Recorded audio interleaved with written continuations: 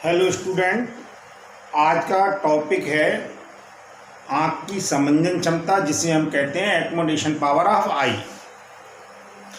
आप सभी लोग परिचित हैं, जानते हैं, मानव नेत्र जो है वो शरीर का बहुत ही महत्वपूर्ण अंग माना जाता है और इसके द्वारा हम बहुत पास स्थित वस्तुओं को भी देखते हैं। जैसे किताब को हम पढ़ते समय उसके अक्षरों को देखते हैं, इसी प्रकार से बहुत दूरी पर स्थित चांद, तारे, सूर्य, इन प्रकार के पिंडों को भी हम आँख के द्वारा स्पष्ट देख लेते हैं। तो क्या कारण है कि हम पास की वस्तु को भी स्पष्ट देख लेते हैं, दूर की वस्तु को भी स्पष्ट देख लेते हैं स्वस्थ नेत्र के द्वारा? इसका कारण क्या है?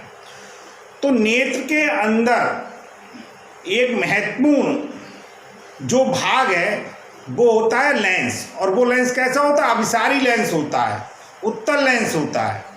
और यह उत्तल लेंस नेत्र के अंदर मांसपेशियों के द्वारा एक प्रकार से क्या होता है, लटका रहता है।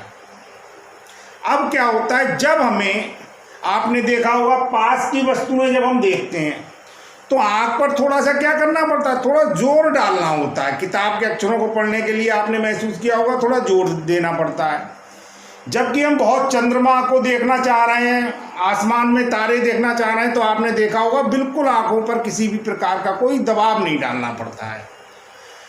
तो इस स्थिति में क्या होता है, जब हम पास की वस्तुओं को देखते हैं तो जो मांसपेशियां हैं उस पर थोड़ा दबाव डालते हैं, और दबाव डालने से क्या होता है, लेंस हो जाता है मोटा। इन चित्रों के साथ आप समझ सकते हैं। और लेंस जब मोटा हो जाएगा तो लेंस की फोकस दूरी हो जाती है कम। इसी प्रकार से जब हम दूर की वस्तुओं को देखते हैं तो मांसपेशियों के द्वारा नेत्र लेंस पर किसी भी प्रकार का कोई दबाव नहीं डाला जा रहा है, इसलिए लेंस कैसा रहता है, पतला रहता है। और लेंस पतला रहने पर इसकी फोकस दूरी क्या होती है, अधिक होती है। तो इस प्रकार से नेत्र लेंस के द्वारा आवश्यकता अनुसार दूर और पास की वस्तुओं को देखने के लिए अपनी क्षमता, फोकस दूरी, एक प्रकार से मान सकते हैं फोकस दूरी को परिवर्तित करने की जो क्षमता है उसी को हम क्या कहते हैं, आँख की समंजन क्षमता कहते हैं। अब आपने देखा हो किताब को अगर हम बहुत पास ले आए बुक को, तो वो उसके अक्षर धुंधले दिखाई देंगे या दिखाई नहीं देंगे। तो इसका अर्थ ये है कि पास की वस्तुओं को देखने के लिए एक न्यूनतम दूरी रहती है, उससे कम दूरी पर स्थित वस्तुओं को हम नहीं देख सकते हैं। जैसे अगर किताब को हम पढ़ रहे हैं, बहुत पास में ले आए तो हम नहीं देख पाएंगे।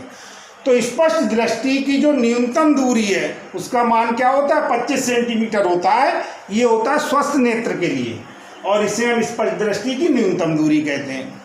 इसी प्रकार जो स्वस्थ नेत्र होता है उसके लिए जो दूर बिंदु होता है वो कहाँ पर होता है, अनंत पर होता है, जिससे हम अनंत पर स्थित वस्तुओं को भी देख सकते हैं।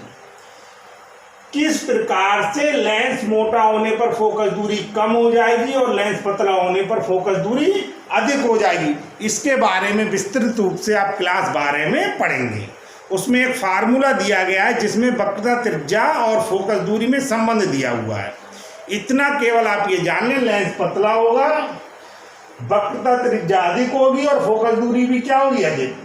और लेंस मोटा होगा, वक्रता त्रिज्या कम होगी और फोकस दूरी भी क्या होगी, कम होगी। अगर आपको हमारा ये चैनल पसंद आया है, ये वीडियो पसंद आ रहे हैं, तो आप इसे सब्सक्राइब करें और लाइक करें, जिससे मैं आपको लगातार वीडियो भेजता रहूँ। धन्यवाद।